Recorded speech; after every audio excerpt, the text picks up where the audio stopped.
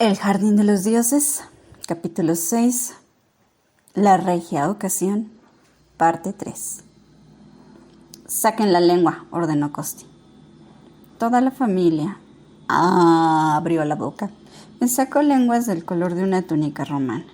Parecían macabras orquídeas o una especie de mandrágora, quizá. Comprendió entonces el problema de Costi. Con esa predisposición de los corfiotas a echar una mano sin pararse a pensar, su primo le había dado un paquete de violeta de genciana. Yo una vez había tenido que pintarme una llaga de una pierna con aquella sustancia y sabía que entre sus muchas propiedades estaba la de ser un colorante de los más persistentes. Costi tendría mujer e hijos purpurados para varias semanas. «Figúrate», me dijo en un susurro sofocado, luego de enviar arriba a sus coloreados mujer y prole. «Figúrate, si lo llego a enviar al palacio. Imagínate todos los dignatarios de la iglesia con las barbas de color violeta. El nomarca y el rey violetas me habrían fusilado». Dije que a mí me parecía que habría sido bastante divertido. Costi se escandalizó mucho.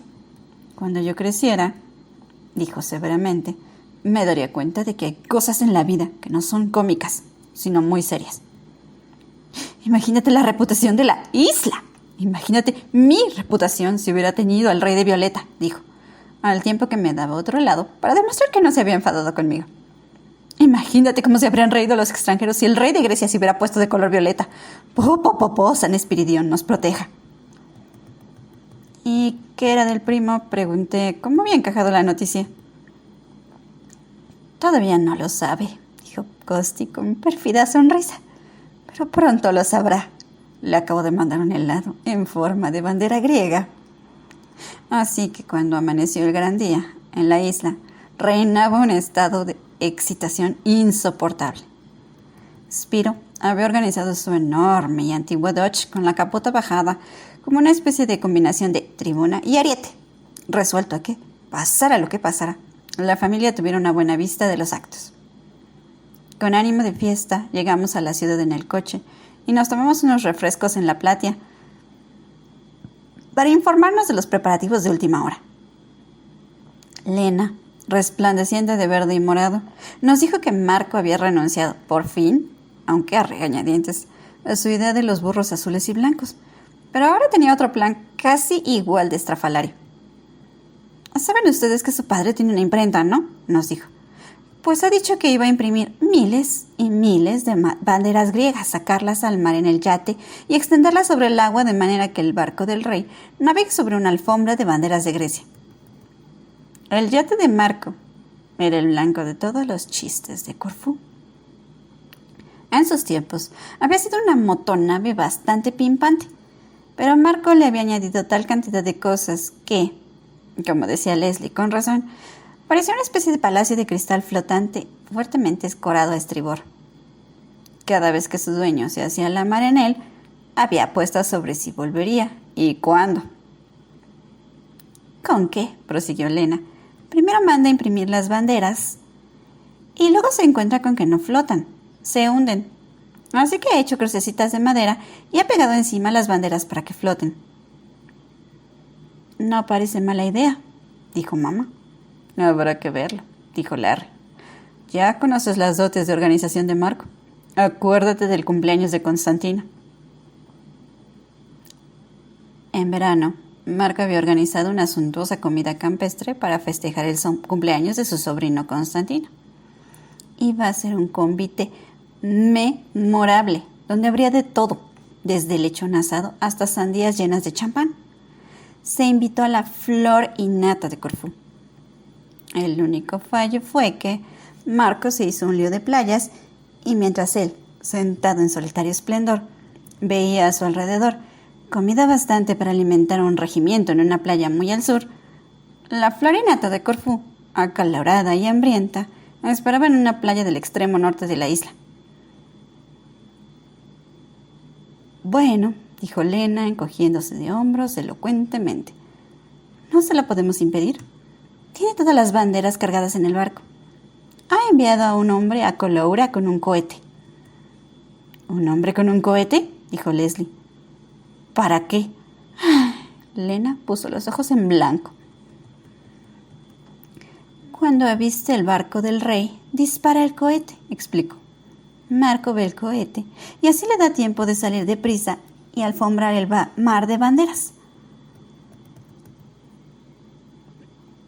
Pues yo espero que sea un éxito, dijo Margo. Me cae bien Marco. Como a todos, querida, dijo Lena. En el pueblo donde yo tengo la villa tenemos un tonto del pueblo. Es encantador, très sympathique, pero a nadie se le ha ocurrido hacerlo alcalde. Y con aquella punzante descarga final nos dejó. El siguiente en llegar fue el coronel Velvet, que venía muy agitado. ¿No habrán visto ustedes por casualidad a 3 Boy Scouts pequeñitos y gordos?, preguntó. No, ya suponía yo que no. Son como animalitos. Se han ido al campo de uniforme, los muy salvajes, y han vuelto hechos unos cerdos. Los he mandado al tinte para que les limpiaran el uniforme y han desaparecido. Si los veo, se los envío, lo tranquilizó mamá. No se preocupe. Gracias, mi querida señora Durrell. No estoy preocupado por ellos, sino porque esos diablillos tienen un papel importante en los actos, dijo el coronel Velvet, disponiéndose a partir en busca de los scouts perdidos. ¿Sabe usted? Es que no solo forman parte de la barra de la bandera, sino que además tienen que demoler el puente, y con tan misteriosa observación, se alejó a paso de galgo.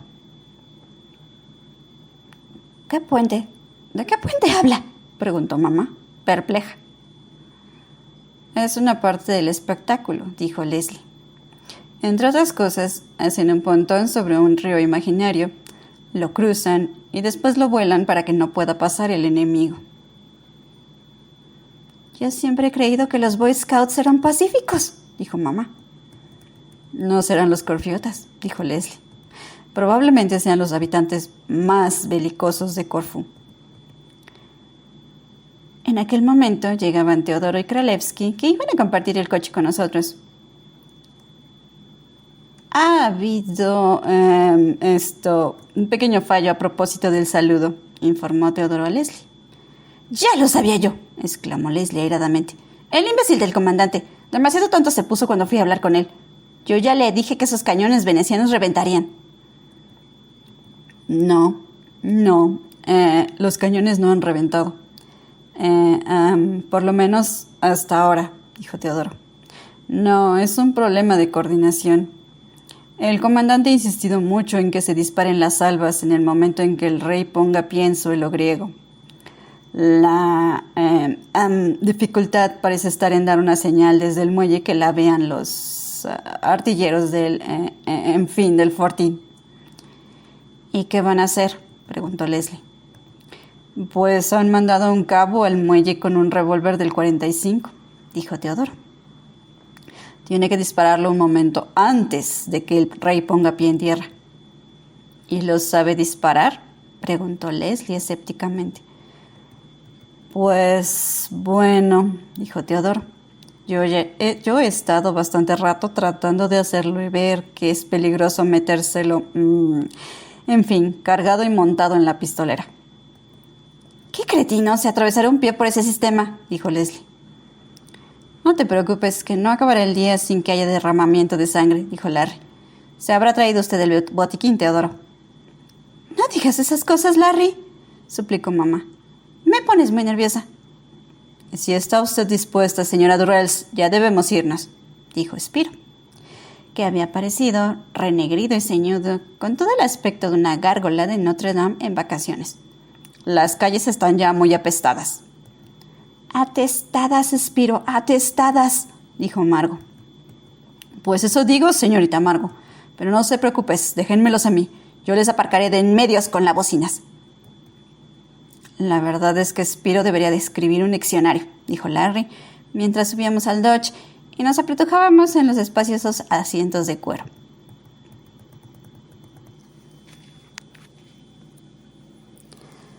Desde primera hora de la mañana estaban las polvorientas carreteras atascadas de carros y burros que llevaban campesinos a la capital para el gran acontecimiento, y el campo parecía cubierto de un gran manto de polvo que blanqueaba las plantas y los árboles que bordeaban la calzada y se quedaba suspendido en el aire como microscópica nieve.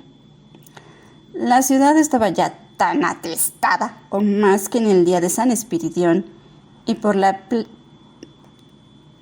platea discurrían oleadas de gente endomingada como nubes de capullos barridos por el viento.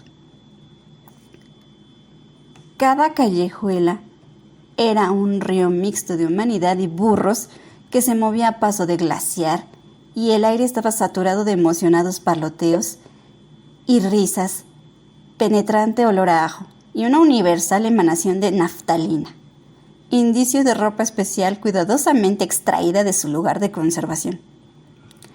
Por doquier se oía a las bandas afinando sus instrumentos. Rebuznos de burros. Por acá, venga, compre. Los pregones de los vendedores ambulantes y los gritos excitados de los niños. La ciudad se estremecía y latía como una gran colmena olorosa y multicolor. Conduciendo a paso de caracol, entre berridos de su gran bocina de caucho para aparcar al gentío despreocupado que cerraba el camino, Spiro nos llevó al muelle.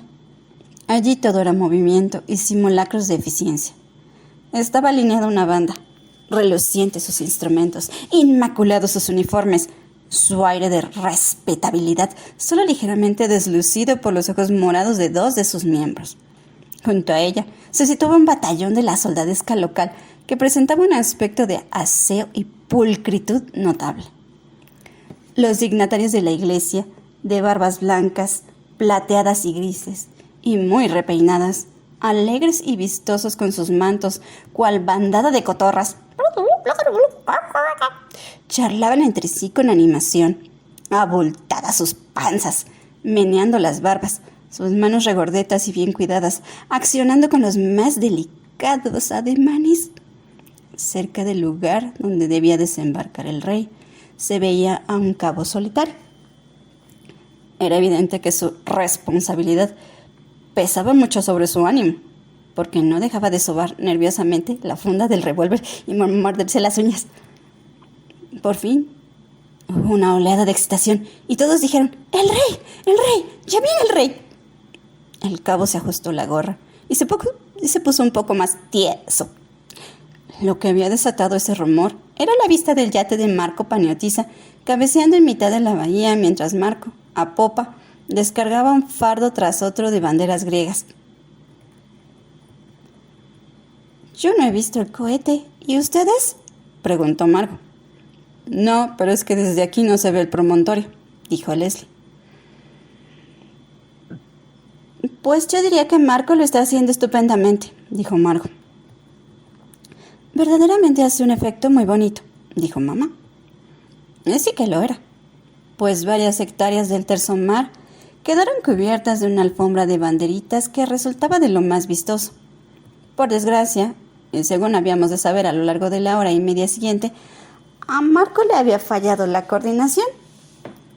El hombre que apostara en la punta septentrional de la isla con la misión de lanzar el cohete era persona de toda confianza, pero su habilidad para identificar barcos dejaba mucho que desear, por lo que al cabo del rato, lo que apareció no fue el barco que traía el rey, sino un pequeño petrolero bastante cochambroso que llevaba rumbo a Atenas.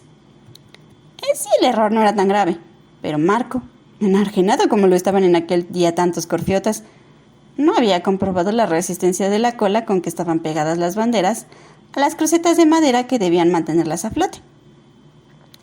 Mientras esperábamos la llegada del rey, pudimos disfrutar del espectáculo de ver cómo la cola se desintegraba bajo la acción del agua salada y varios miles de banderas griegas se hundían ignominiosamente en el fondo de la bahía Club. «Ay, pobrecita Marco, qué pena», dijo Margo casi llorando. «No te disgustes», la consoló Larry. «A lo mejor al rey le gustan los pedacitos de madera». No lo creo», dijo Teodoro. «Ya ven ustedes que todos tienen forma de cruz. Eso en Grecia se considera de muy mal agüero». «¡Qué horror!», dijo mamá. «Esperemos que el rey no llegue a saber que ha sido Marco». «Si es prudente, se exiliará por su propia voluntad», dijo Larry. «Ya llega por fin», dijo Leslie en el momento en que el barco del rey avanzaba majestuosamente por varias hectáreas de crucecitas de madera, como surcando un cementerio de guerra marino. Se tendió la plancha. La banda tronó el aire, el ejército se cuadró y el enjambre de dignatarios eclesiásticos se adelantó como un macizo de flores súbitamente arrancado de cuajo. Llegaron al pie de la plancha. La banda dejó de tocar. Y ante un coro de embelesados ¡ah!, el rey hizo su aparición. Se detuvo solo un momento para saludar y enseguida inició lentamente el descenso. Era el gran momento del cabo, que, sudando profusamente, se había acercado lo más que pudo a la plancha y tenía los ojos clavados en los pies del monarca. Sus instrucciones eran explícitas. 3 pasos antes de que el rey pasara de la plancha a suelo griego, tenía que dar la señal. Con eso, los del fortín tendrían tiempo suficiente para disparar el cañón en el instante en que el rey llegara a tierra. El rey bajaba despacio. El ambiente era de tensa emoción. El cabo manoseó la pistolera y en el momento crucial desenfundó el revólver y disparó 5 tiros a aproximadamente 2 metros de la oreja derecha del rey. Al instante se echó de ver que los del fortín no habían caído en la cuenta de informar al comité de bienvenida acerca de la señal, por lo cual el comité se quedó de una pieza, por decirlo suavemente, como se quedó el propio rey. Y la verdad sea dicha, todos nosotros. ¡Dios mío, que es un intentado!, chilló Margo, que en los momentos de crisis siempre perdía a la vez los estribos y su dominio de la lengua inglesa. «No seas tonta, es la señal», ladró Leslie, dirigiendo sus prismáticos hacia el fortín. Pero era evidente que el comité de bienvenida pensaba lo mismo que mi hermana. Como un solo hombre se arrojaron sobre el desdichado cabo, que lívido y protestando su inocencia se vio aporreado, pateado y pisoteado, mientras le arrancaban de la mano el revólver y se lo estampaban certeramente en la cabeza. Es probable que hubiera sufrido graves lesiones si en ese momento no hubieran bramado los cañones desde los baluartes del fuerte, con una impresionante nube de humo, justificando así su proceder. Después de eso, todo fueron sonrisas e hilaridad, porque los corfiotas tenían un agudo sentido del humor. Solo el rey seguía un poco pensativo. Subió al coche oficial descubierto y entonces se descubrió un contratiempo. La portezuela no cerraba. El chofer la cerró de golpe, ¡pah! El sargento al mando de las tropas la cerró de golpe, ¡pah! El director de la banda la cerró de golpe, ¡pam! Y un sacerdote que pasaba la cerró de golpe, ¡pam! Pero la portezuela se volvió a abrir. El chofer no quiso darse por vencido y, tomando distancia, dio una carrerita y le propinó una violenta patada. ¡Pam! El automóvil se estremeció, pero la portezuela siguió en sus 13. Trajeron una cuerda, pero no había donde sujetarla.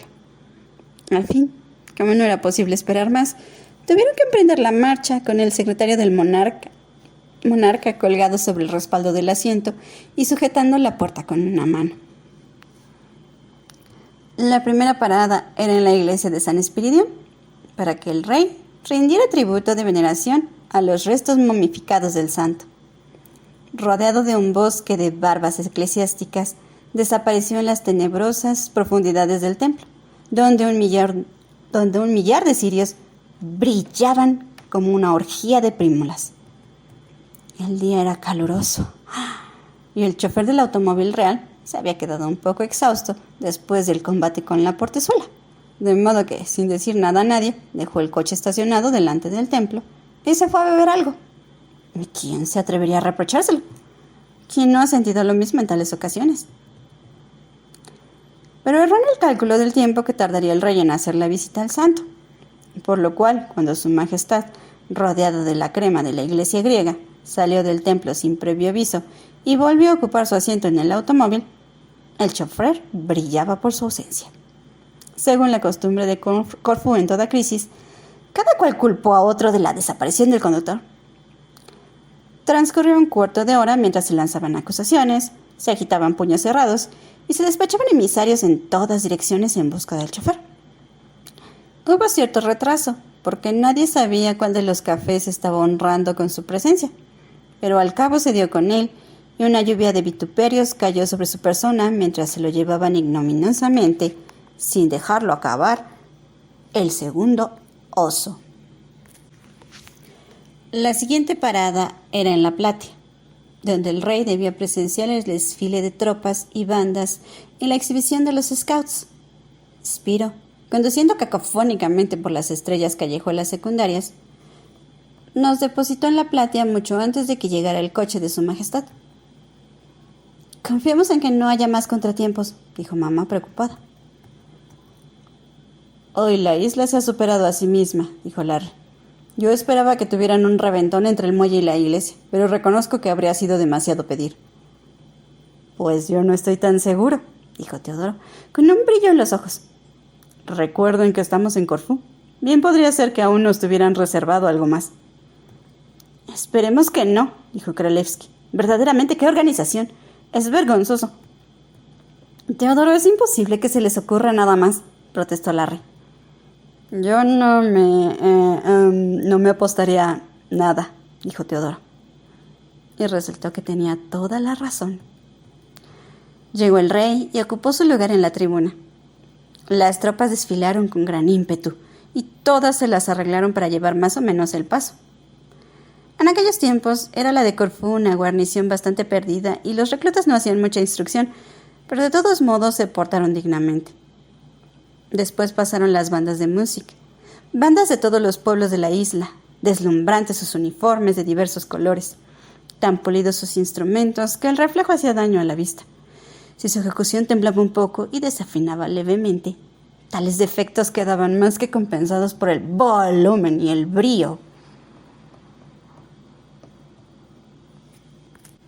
con el que tocaban.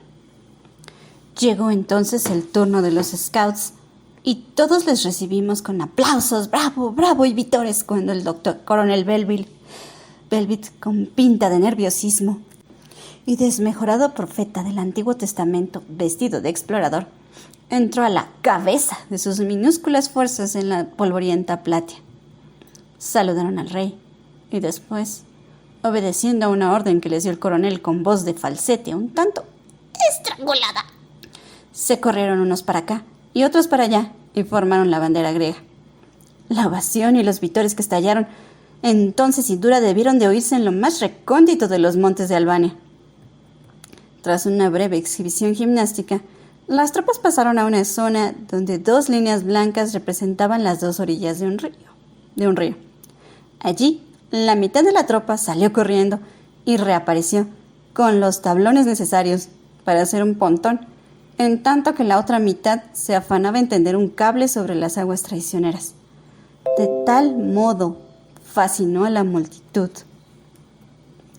de los presentes la mecánica de aquello que se fueron aproximando más y más al río, acompañados por los policías que supuestamente debían mantenerlos en su sitio. En un tiempo récord, los scouts, ninguno de los cuales contaba más de 8 años, levantaron su pontón sobre el río imaginario y luego, encabezados por un chiquito que tocaba una trompeta de manera estentórea e inexacta, de un trotecillo cruzaron el puente y se cuadraron al otro lado. La multitud estaba embelesada, aplaudía, vitoreaba, silbaba y pataleaba. El coronel Belvit se permitió una prieta sonrisilla militar y lanzó una mirada de orgullo hacia donde estábamos nosotros. Luego soltó una voz de mando. 3 scouts pequeñitos y gordos se destacaron del pelotón y se dirigieron al puente cargados con mechas, un explosor y otros materiales de demolición.